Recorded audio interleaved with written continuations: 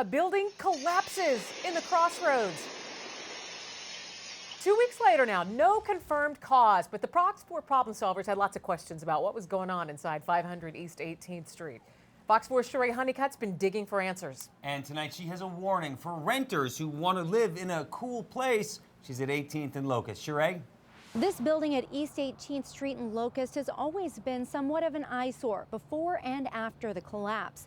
But two Metro men called it home. What they didn't know is, according to Casey's Planning and Development Department, there were no permits allowing them to live there, nor for the construction that they heard and saw all around them. Kansas City's Crossroads district is always changing, always moving, always artistic. Old buildings turned new and new businesses embracing the old. A perfect space for the young and creative. I found this apartment on Craigslist. It was just advertised like any other apartment in the housing wanted section. Michael Crilly loved the character in the loft at 18th and Locust. I was actually the first one to see it, and there was 9 appointments lined up, so I just went ahead and got it right on the spot. He told his friend Connor McGuire about the second unit. I wanted to make that place my home.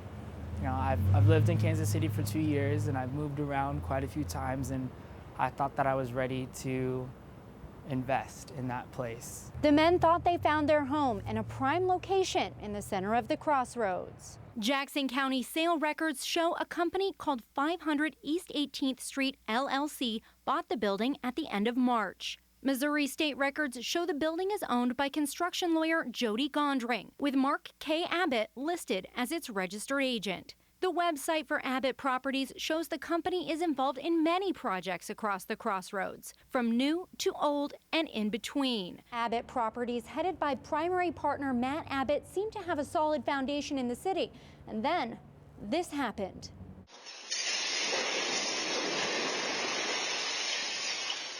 On the morning of October 6th, the floor fell out of Connor's apartment.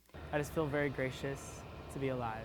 Both Connor and Michael were out of town. Michael woke up to a voicemail. Hi, Michael. This is Ryan with Abbott Properties. Just giving you a call. We have a situation at your building. Connor woke up to people wondering if he was alive.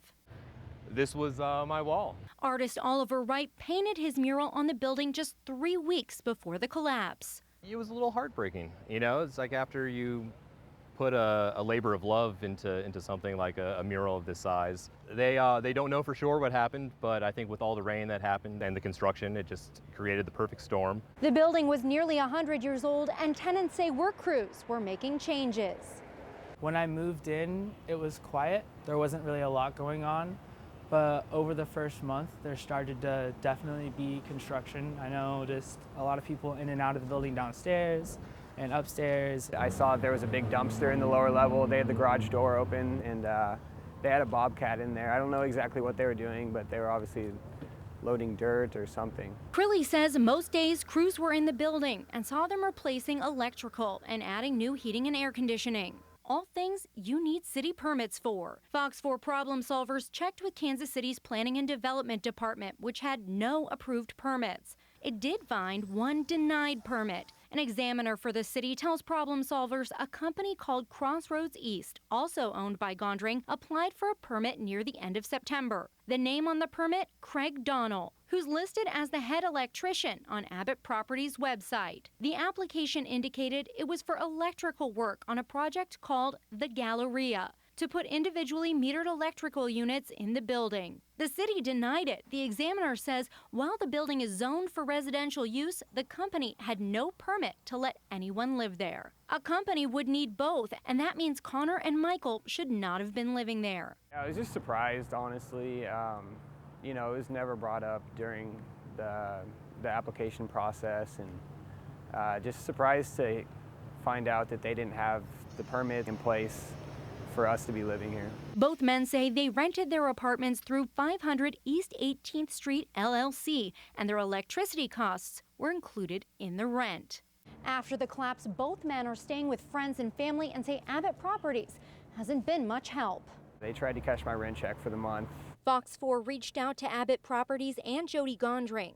After scheduling an interview with the property company, they rescheduled and then canceled when we declined to provide them our questions ahead of time. We reached out again for an interview, but Abbott Properties formally declined. I definitely don't have a bed. That's definitely gone.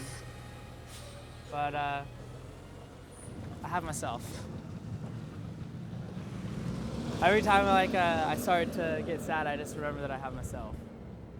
And that's what's important. They also say while an apartment or loft might seem cool, in the future they'll take the extra effort to make sure it's legal. It may be an awesome location, it may have a ton of character, but you know, things like these apparently do happen. So just think twice when you're thinking about renting an older building. The men have filed a complaint with the city, and the city is looking into it. And if they do find that a violation occurred, they could be facing a fine. Sheree Honeycutt, Fox 4 News.